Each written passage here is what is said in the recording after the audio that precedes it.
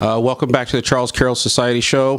This is going to be a show, I can name it later, but it'll be a little bit more of a relaxed show. I feel this is a new format for me, so I'm like trying to go all the time, and I think it's worthy just to talk a little bit. But I posted the show about South Africa, and a couple of commenters came in and said things like, you know, I don't know what I'm talking about, or that I have something that I'm talking about incorrect, and I don't like to be incorrect. So in this episode, I'll do some documentation. I think people who are used to my podcast, which is longer form, and I hope that I'll post that podcast probably tonight. So, and I'll leave a link in this show notes. So if you see the podcast is, you know, like almost an hour, I don't know, almost an hour long. So you'll see a lot more material about the last show, and you're absolutely correct. And it seems as YouTube, you know, it seems it's a format that people just like to have less going on. So, you know, shorter episodes. So, okay, that's fine by me. So the first question that I have is this, you know, one of the first points I want to make out is the South African Economic Freedom Fighter Party a friend or an enemy to these United States? Friend or enemy to the people of South Africa? A friend or enemy to many countries in the world? I always like looking problems square in the face and going, okay, here's fact one, here's fact two, and then we have to figure out something to deal with it. So I've collected some clips for you so people can't sit there and say, oh my goodness, you're taking it all out of context. So is this Julius character who leads the South African Economic Freedom Fighters, who was the youth leader of the ruling ANC. So the ANC are basically like, imagine America's Democratic Party in 20 or 30 years. It's all minority and extremely liberal, progressive. But it's still the Democratic Party. You know, they're like nation, you know, dress in suits and go through the trappings of capitalism, at least.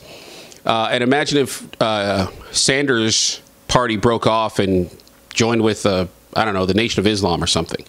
The Economic Freedom Fighter Foundation is a breakoff of the ANC, and they are hard socialists. So let's see a video of the leader of the Economic Freedom Foundation singing this song that everyone gets bent out of shape about, Kill the Boers, which is, in their nation, kill the white farmer. That's basically what it means. So let's watch this video for a minute.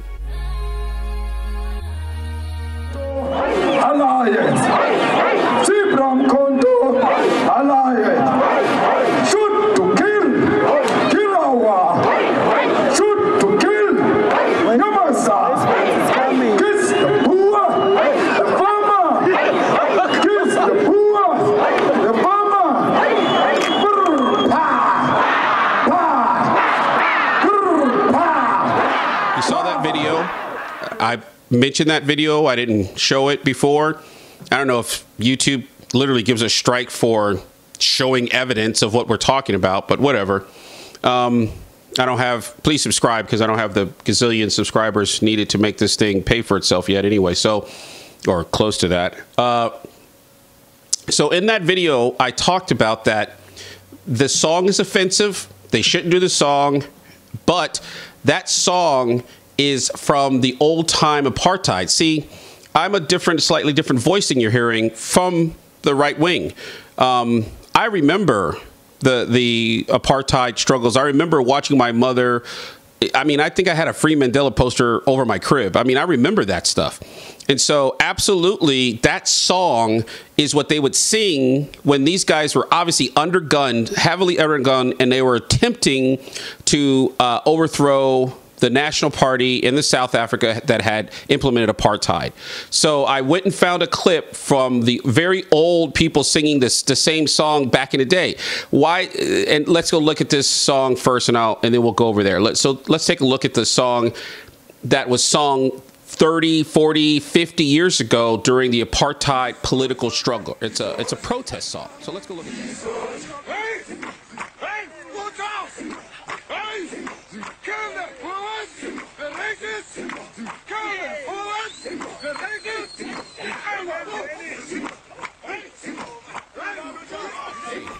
as you clearly see, they used to sing these songs, and this was juicing these guys up to be, they were undergunned, underpowered, running around with, you know, pistols and machetes, charging guys with semi-automatic weapons who actually knew what they were doing, because the South African army has never been considered a joke. So is it wrong for them to do it now? Yes. But why are they doing it now? So this younger economic freedom fighters party is saying, hey, you old Zuma-led ANC have lost touch with your roots. You got to go back to the roots. Well, let me tell you something. If you are, you know, a despised minority and you're singing aggressive songs so that you can go charge machine gun nests with machetes, people give you a pass. And if you want to pay homage to people in the past, that's maybe a thing. They don't like it, that's a good, but that's not a thing. But if you're the ruling party, if you're the party in power, if you're the party with all the levers of power, then the world doesn't see that song the same way. Kill the Boers. I mean, he's singing it. That's what it is. So I think I'm 100% accurate when it comes to the guy sings the songs. The song comes from a long time ago when the struggle was very different. I actually found an article in my history of reading Nelson Mandela. Yes, he was a guy who was fighting a fascist organization, and he cooperated with communists to fight that fascist organization. And that's a true statement. But he had attempted to modernize the African National Congress. By the way, why it's called the African National Congress is when the apartheid system kicked into high gear and they pushed these people out of the other land and said you had to go live over here. All of the various tribes creating their own self-governance called it's called something different than the ANC before. It's called something different, but that's where it came from. It's like that's why it's called that, although it's not all the African nations. It was the nations and the different people in that group. That, in other words, in our situation, it's kind of like the committees of communication. It's this organization people are building that to organize themselves. And so he tried to reform them. He said, you know what, all this communist, this black supremacist, communist, socialist gets you to the top. But once you're actually running a nation, then you're no longer a revolutionary party. You've got to actually get stuff done. I personally believe these EF guys are a young, aggressive party that I don't know. Maybe they don't read history or understand business, or they're just like communists everywhere. But I think it's racist. It is racist for President Trump, the Republican Party, and the rest of the Americans and the European Union not to take these guys at their word.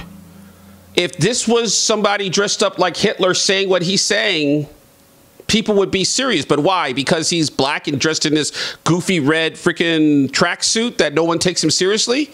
I take him seriously, and I believe when people say crazy stuff like this. I'm like, that's serious. Let's take care of this problem. Well, it's already too big. So I found the other thing. So these guys, are they promoting seizing the land, and are they smoking crack about how well that's going to work? Well, let's hear it from their mouth. So I found a clip for you guys about how they're going to seize the land and what it's going to look like. So let's go watch that clip. Two main reasons for this. We have not heard up to now why should land be bought. Why? There is no economic, political, ethical reason for that. And for the EFF, it's a very simple matter. All land should belong to the state, and those who need land, both black and white, will apply. In a licensing type situation where 25 years you will have the use of land after having said why you need that land. And how you get it is as easy as a grant. You fill in a form, I need land for this following reason. The state provides that land and provides support to make sure that you don't fail. It is not a complicated matter at all. It is just the problem we've had up to now is one of cowardice on the basis of the ruling party. 20 years later, only 8% of the land has been bought for about 50 billion rand. That money could have been used differently. And we are not even talking about the conditions of farm workers who remain slaves, landless, and they are primary producers in this country. For EFF, they will be part of the legitimate beneficiaries of land redistribution. Okay. Is that, this guy said basically that he's, as you see, this is where this is why no one likes me, truly, tell you the truth. The left doesn't like me because I'm like, you're a bunch of hardcore communists and you're going to freaking kill everybody. And the right doesn't like me because I don't try to play this game. I mean, if they are racist, I accept that. But I'm trying to understand and explain and delve into how they came to their understanding so that we can deal with this situation. These guys are hardcore communists. This guy just said that the state should own all the land.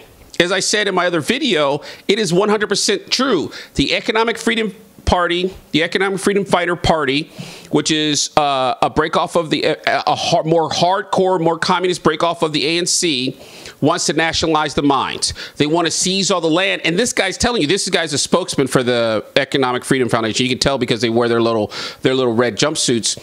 And this guy's telling you there should be no private ownership. And you know what? Farming is just as simple as filling out a piece of paper, saying I want to borrow the land for 25 years, and then you borrow the land and you farm and you feed all the 50 million people down there, and it's all going to be okay. There's no economic or political reason that people should own their land and own their farms. And you're like, I'm like going,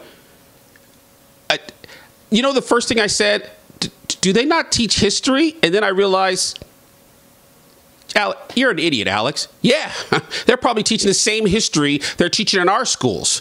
This is one of the reasons why I'm looking at this thing and trying to understand it, because to me, it's an echo of what can happen here. The Native Americans can make the same claim that these black Africans are making about the land in America. The Mexicans are already making the same claims. Does anybody doubt that? Is that a racist? I can go find you clips where the Mexicans are saying, you need to give us back the entire Southwest. They can make these claims. And they're like, hey, the land should just be cut up and fill out a chit and borrow the land for 25 years, and you're going to feed everybody with that. No problem. It'll work fine. I think I should do another. That's incredible. So I just wanted. I think I wanted to make this highlight and make sure that people understand these guys are serious. They should be taken serious, and they're a danger to the ANC, and ANC is losing it because they're so damn corrupt that the younger, more stronger party comes along and says all these old guys are corrupt. Of course, they're totally corrupt too. The EFF, I found actually literally lines where he owned this house in this $1 million. I mean, the nicest part of South Africa, period. And he didn't pay his taxes, and he had to get some kind of tax lien against it. It was all terrible. So they're a danger to ANC. They're a danger to the government. They're a danger to the minorities there. You know, when you guys were the majority, but you were fighting a fascist regime, a lot of the international community put pressure on the national party of the South African government.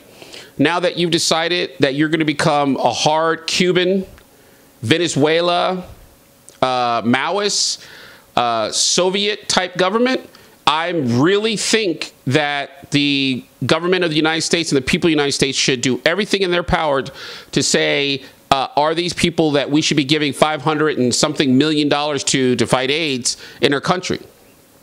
If they seize that property, you know, the leftists love to boycott Israel. Hey, boycott and disinvest. And if there's a company in South Africa, then we're not investing in them. Then you know what, Patriots guys who wear this T-shirt right here, you see this? That you guys, we need to learn from them and go, oh, so they're going to steal all these people's lands with no compensation?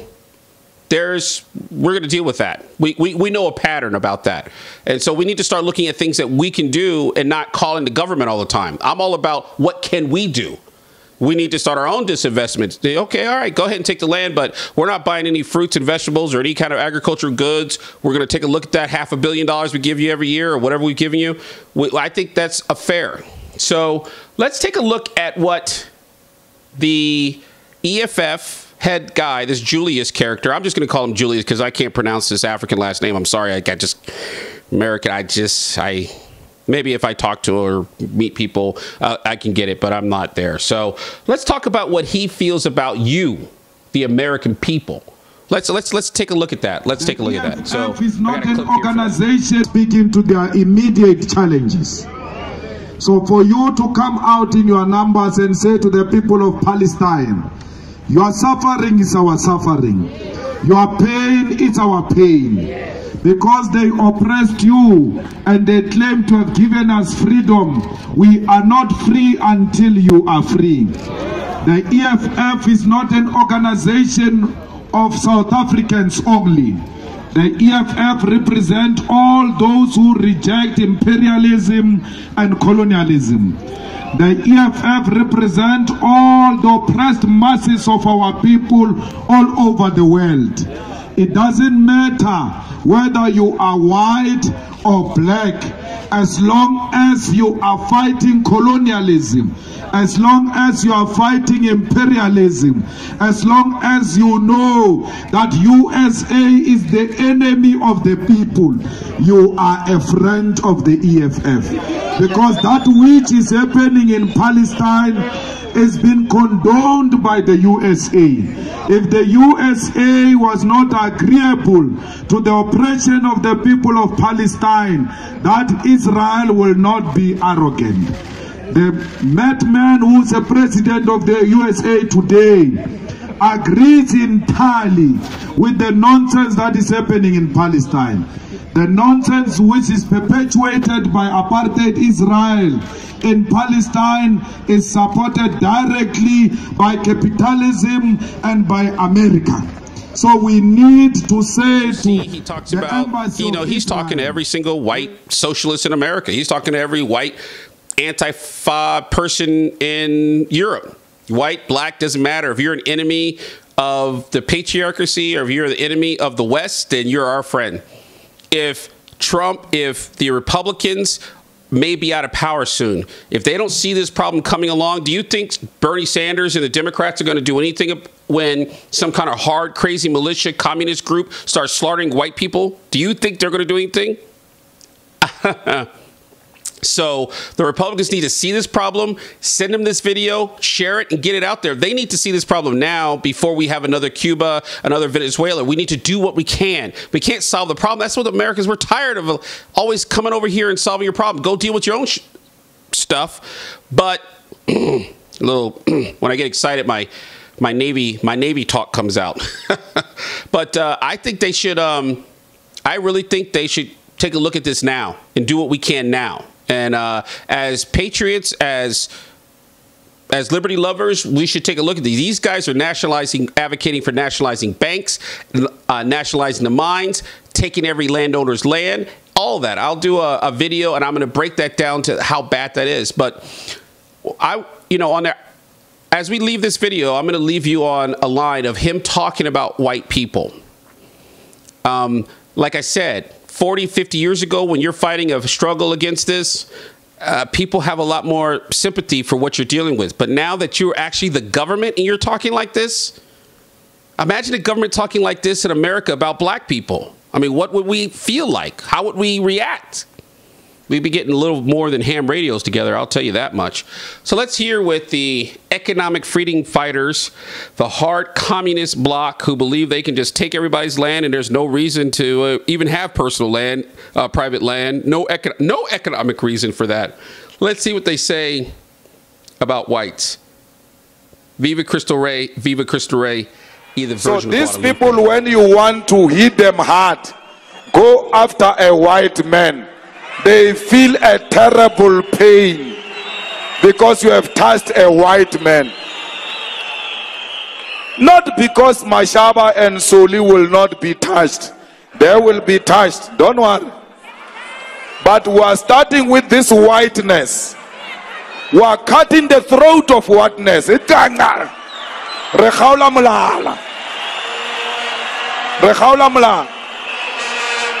Whiteness re khaula molala ko PE kwa nga fedile ka yona.